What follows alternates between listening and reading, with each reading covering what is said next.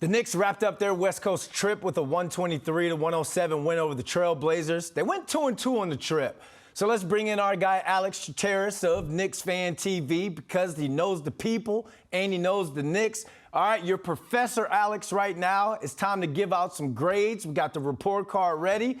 Grade this road trip on overall team performance.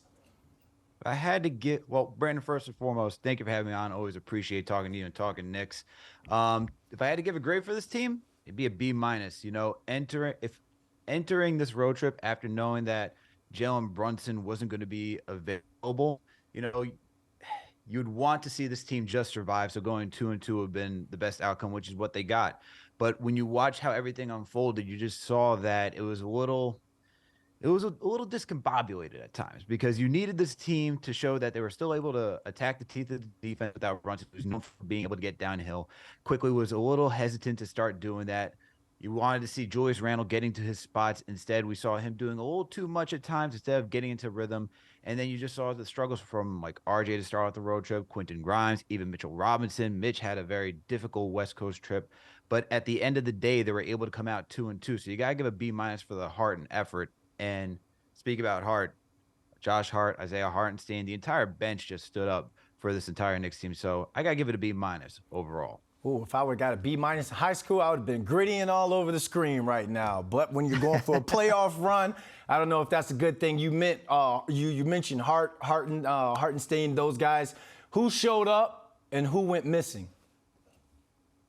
So let me start with the guys who showed up. It was the Knicks bench, you know, between McBride, Josh Hart, Isaiah Hartenstein, Obi Toppin. All these guys showed up in massive ways, especially against the Los Angeles Lakers and the Portland Trail Blazers. I mean, last night you had McBride getting 18 points, did some facilitating, some impressive defense that we know we're going to get from him every time he touches the court. Josh Hart, since that trade, he's just been an energy boost and just padding the stat sheet no matter what in a positive way, right? Last night you see him getting 8 assists, you see him getting so many rebounds. He's getting you the points. He's doing everything you need on the court, plus the defense, the grittiness.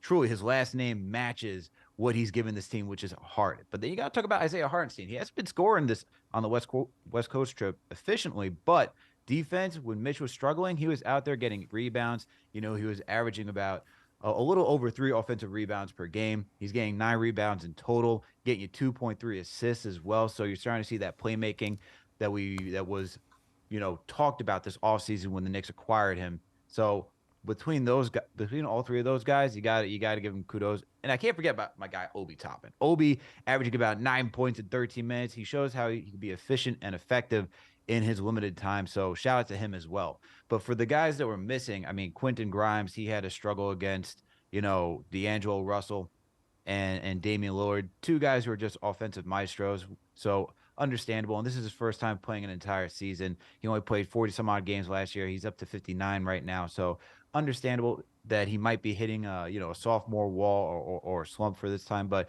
we're really going to need to see him come around if the Knicks are going to make that playoff push. And then Mitchell Robinson, you know, he had a tough time guarding Domantas Sabonis, Jusuf Nurkic, Anthony Davis.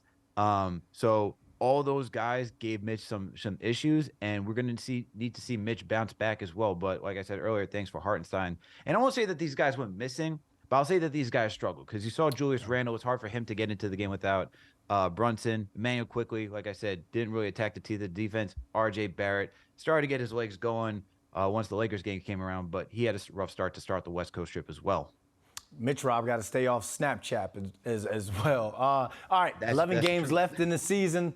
What do you want to see from this team?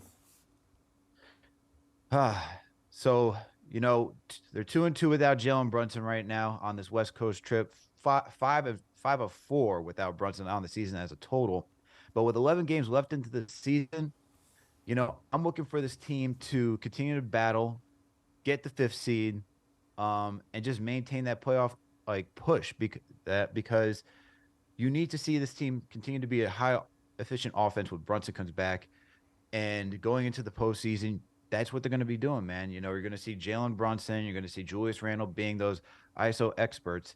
And I want to see through the remainder of the season that they can maintain that offensive explosiveness while maintaining that strong defense. Now, the defense is a Tom Thibodeau-led team. We saw after he made the 9-man rotation change, they've still been a solid defense. So we're going to get that on a nightly basis. But that offense, what we saw during that 9-game winning streak, that needs to come around. And that's kind of been wavering a little bit without Jalen Brunson. But we don't know when Jalen Brunson's getting back. But I need to see this offense back to being explosive the way that it was.